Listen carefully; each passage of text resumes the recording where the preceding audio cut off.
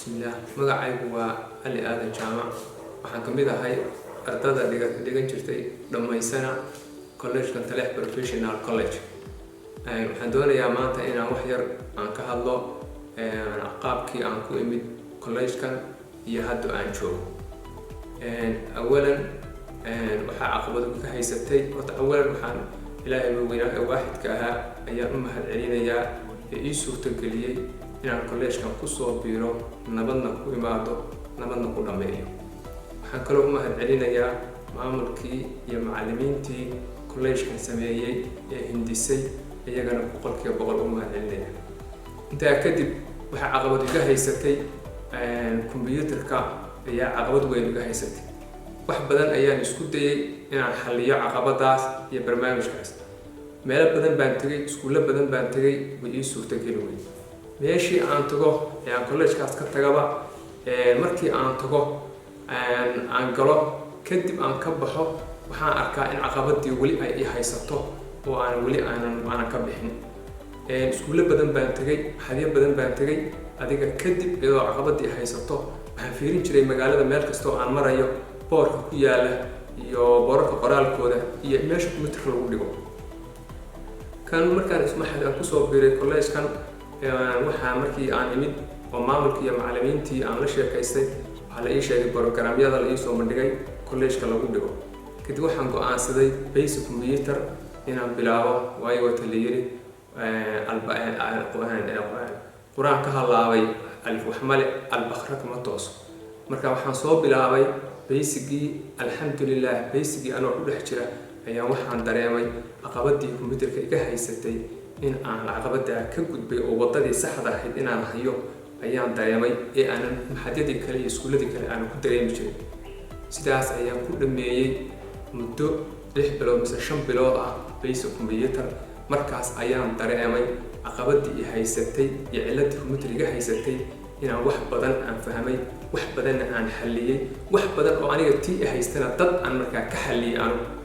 sidaa markaas kadib waxaan bilaabay program la yiraahdo Office Skills ayaan bilaabay Office Skills waxaa ilaahay ii suurtageliyay inaan noqday groupkii ugu horeysay oo lagu furay Office Skills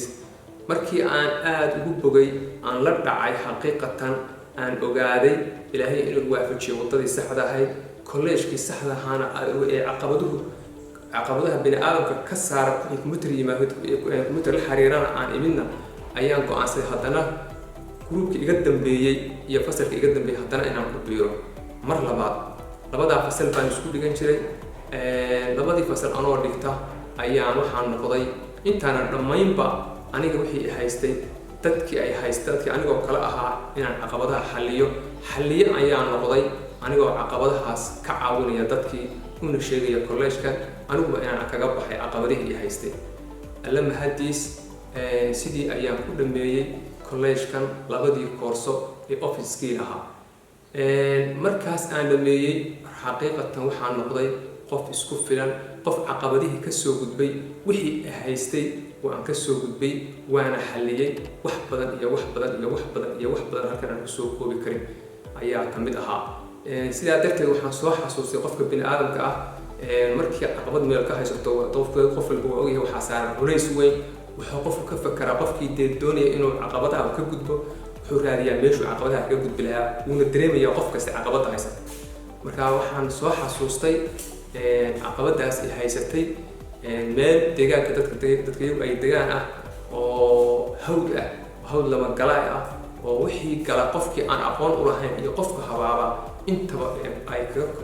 timaado waxaa ku jira bahal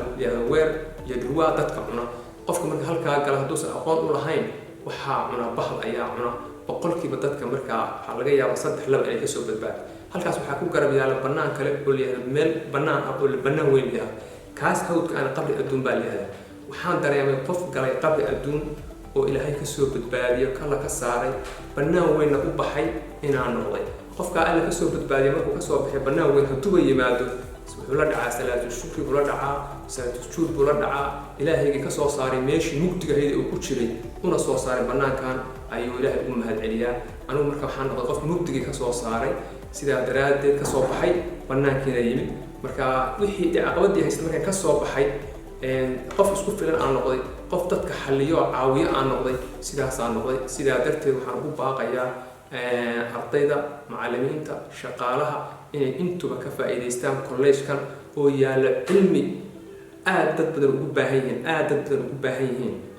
waxaan ku dhiirigelin lahaa inay kolleejkan yimaadaan, ka faa'iidaystaan. caqabadaha qof walba haysta, dadka Soomaalidu waa is yaqaanaa, waan la yaqaanaa ardayda intaas waan kusoo dhex jiray, wax badan baan bahda waxbarashada ku dhex jiray. marka waddanka waxaan u baaqi lahaa inaad ka faa'iidaysataan, weliba ardayda jaabta inay xaqiiqatan jaamacadaha gasho, shaqaalaha shaqeeya iyo macallimiinta raba inay wax diyaariyaan sida ugu dhaqsiyaha badan iyo waqtiga ugu gaaban inay wax ku diyaariyaan. intaba waxaan u baaqi lahaa inay yimaadaan. aniguna waan ka gudbay sidaan hore usoo sheegayba inaan board intaan fiiriyo, boardkii aan fiirin jiray anoo raadinaya meesha lagu dhigo computer lagu dhigo, anoo caqabadaas ka gudub. xaqiiqatan markaan kan kusoo biirayba iigu dambaystay inaan board damba fiiriyo, board damba akhriyo, wax damba akhriyo. halkaasna caqabadii kaga gudbay. waxaana dhammaan ugu baaqayaa mar labaad iyo mar saddexaad inaad ka faa'iidaysataan, ardayduna ka faa'iidaysan doonto, macallimiintu ka faa'iidaysan doonto. kuma xidhna kolleejkani qof macnaha ama degree ah ama master ah ama PhD ah, kuma xidhna. waa xirfad aan dadku aqoonin oo boqolkiiba laga yaabay hal laba dadka inay ka taqaano weeye. sidaa daraaddeed waxaan ugu baaqi lahaa inaad xirfaddan ka faa'iidaysataan, inaad waqtigiina aad maaragtay ka khasaarin. waan dhammaan dadka saasaan ugu baaqayaa. asalaamu calaykum waraxmatullaahi wabarakaatu.